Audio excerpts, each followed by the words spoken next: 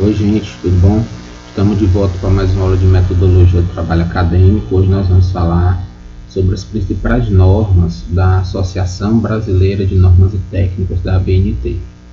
Vocês em algum momento da vida acadêmica vão ter que fazer relatórios, artigos, dissertação, TCC, trabalho de conclusão de curso, monografia, e a ABNT, através de diversas NBRs, trazem detalhadamente como proceder à construção desse tipo de documento.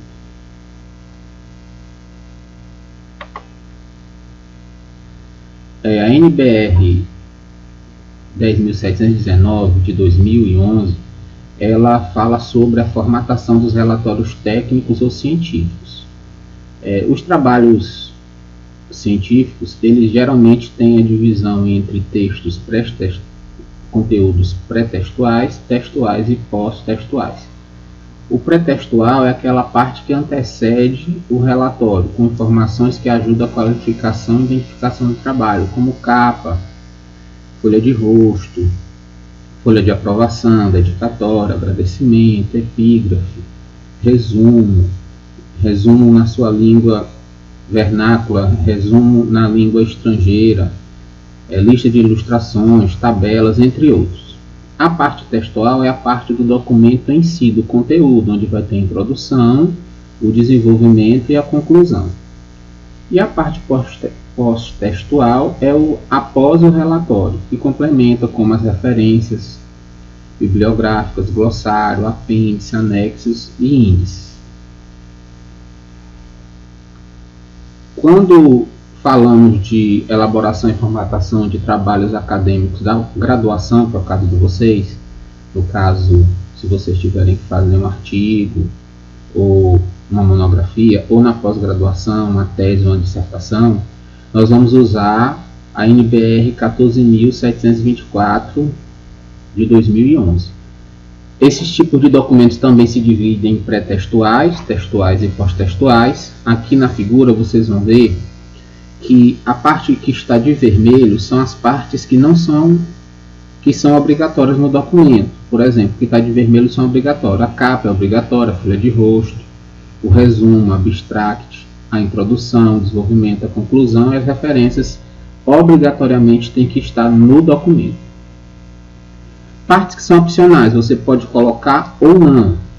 Errata, dedicatória, agradecimento, epígrafe, lista de símbolos, glossário, anexo, apêndice. Obrigatório quando aplicável. Então, se você colocou tabela, se você colocou figuras, siglas, então você vai obrigatoriamente ter uma lista de ilustrações, se lá tem ilustrações, uma lista de tabela, uma lista de abreviatura. Isso se estiver dentro do desenvolvimento do seu documento, né? Os elementos pré-textuais são esses primeiros elementos indo até o sumário, certo? Então, a partir do sumário já é textual. E o textual indo até a conclusão. Os elementos pós-textuais, eles já são a partir da referência bibliográfica até o final do documento. Nós temos a NBR 6027 de 2013, que trata sobre a construção do sumário dentro do documento. Todo documento tem que ter um sumário. Existe uma NBR chamada 6024, que trata da numeração desse sumário e dos índices, né? Aqui nós temos um exemplo de um sumário. Esse sumário aqui nós temos os tópicos principais em maiúsculo e negrito, alinhado à esquerda. Os tópicos subtópicos do tópico principal em minúsculo negrito. Por exemplo, nós temos aí no capítulo 3, 3.1, 3.2 e 3.3. Então essa parte está em negrito, sem um maiúsculo. Se houver um subtópico desse 3.1, nós podemos colocá-lo em 3.3.1, ele já vai estar sem o negrito. Então aqui nós temos a parte dos títulos, aqui nós temos as seções e aqui nós temos as subseções.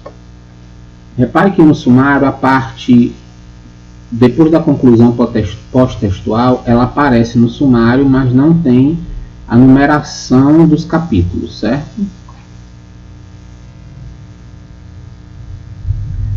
A NBR 6023/2002, do ano 2002, trata das referências, né? Ao final da parte de desenvolvimento do trabalho, nós temos que indicar todas as referências bibliográficas. Todo o que foi citado dentro do trabalho tem que aparecer nas referências. Então, se você tiver lá citação de 15 autores diferentes, nas referências vão ter que aparecer as obras desses 15 autores, né? Os elementos essenciais de uma referência são autor, título da obra, subtítulo se houver, edição se houver, local, editor e data de publicação. Isso no geral quando a gente fala de livros, certo? Aqui nós temos um exemplo, o nome, o sobrenome da autora, em letra maiúscula, o nome dela, o nome da obra, a edição, nós temos a editora, nós temos o local, a editora e o ano. Aqui nós temos essa mesma referência bibliográfica com os complementos, dizendo qual foi a página que nós tiramos esse conteúdo dentro do trabalho monográfico. Existem vários tipos de referência. Você não tem só referência de livro, você tem referência de CD, de DVD, referência de internet, de artigos.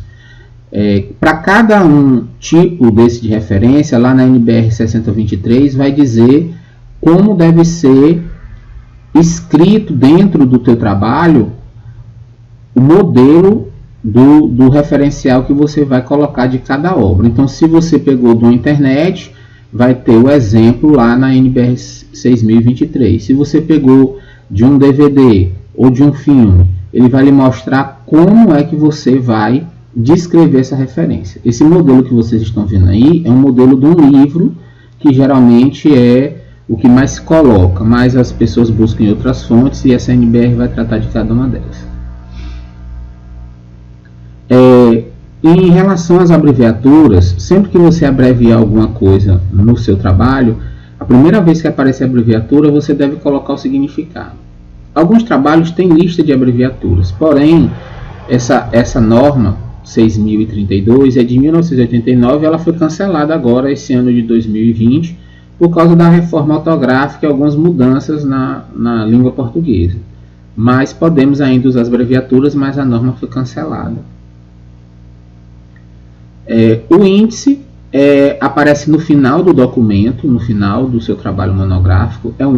Também algo não obrigatório, pós-textual e não obrigatório. Você pode fazer o índice por ordenação, por nome em ordem alfabética, por ordem sistêmica, cronológica, numérica, alfanumérica. Ou você pode fazer um índice por enfoque, né? Dando foco a autores, ou assuntos, ou pessoas, ou nomes geográficos, ou citações. Geralmente é usado mais o índice alfabético, e logo após a indicação no índice, você coloca a página onde se encontra aquele conteúdo. Algo que é muito importante nos trabalhos científicos é o uso das citações. Você que é um acadêmico de graduação, você sempre, quando for escrever um trabalho científico, você vai estar escrevendo a partir de pensamentos ou teorias de outros autores. Então você tem que indicar qual foi o autor e em que obra ele falou aquilo, mesmo que você concorde ou mesmo que você refute, você tem que dizer de quem é a ideia. Existem basicamente 3 tipos de citação: a citação direta, indireta e a citação da citação. A citação direta é a transcrição literal de parte da obra do autor consultado. Esse tipo de citação, quando ele fica dentro do próprio texto, quando ele tem até 3 linhas, ele é preso entre aspas. Então aqui nós temos um exemplo, né, do livro do autor Gil, do ano 2001, na página 135, tirou essa citação aqui: a motivação é um elemento poderoso da aprendizagem. Então está entre aspas. Eu também posso colocar a citação primeiro e dizer no final, citar o autor, a referência desse autor aqui no final. Quando ela passa de 3 linhas, aí nós já temos a citação separada do texto. Ela é um tamanho um pouco menor em relação ao conteúdo. O texto em geral é tamanho 12, mas na citação direta com mais de 3 linhas o tamanho é 10. Ela tem um recuo na margem de 4 centímetros, então ela não é ligada direto aqui na margem do texto. O espaçamento também é menor, só é de 1 centímetro, que no texto normal é de 1,5. E a citação é transcrita e no final nós colocamos o autor, o ano em que página foi tirada essa citação. Então aí são as citações com mais de 3 linhas, certo? Direta com mais de 3 linhas. A citação indireta é uma transcrição livre do autor consultado, porém fiel ao sentido original. Então você vai transcrever o que ele diz com as suas palavras sem alterar o sentido original, né? Ou seja, você vai fazer um resumo daquela ideia do autor. Então aqui nós temos um exemplo, né, que tem um aviso e aqui do lado foi feita uma citação do aviso. Essa citação está falando a mesma coisa do aviso aqui sem transcrever ela totalmente, certo? As citações indiretas também tem que ter as indicações do autor e da página do livro. A citação da citação, ela pode ser direta ou indireta de um texto que você não teve acesso ao documento original. Ou seja, você vai mencionar um documento ao qual você teve acesso a uma informação que foi retirada de um outro trabalho ou de um outro documento. Então, no caso, você vai ter que, quando ela é uma citação da citação, dizer que ela foi citada por ou apude. Então, aqui nós temos o segundo Grise, 1985, apude. Então, Grise pegou desse Chanlat 9631 e ele citou isso daqui, certo? Aqui nós temos ela fazendo a citação no final, né? Então, aqui nós temos Grise de novo, de 85, apude ou citado por Chansalat. Por hoje é só, pessoal. Vai ser colocado aí para vocês um exercício, como eu já disse antes, né? Através de formulários para facilitar. E eu vou mandar também links de diversos outros vídeos falando sobre cada um desses assuntos de uma forma mais bem explicada para vocês se aprofundarem. Vocês precisam ficar bem familiarizados com essas normas, porque vocês vão começar, aliás, já estão fazendo, né, os trabalhos científicos de vocês, os artigos, e a gente vai aí tentar fazer os projetos, os relatórios, e precisamos estar bem familiarizados com cada uma dessas regras. Até a próxima aula.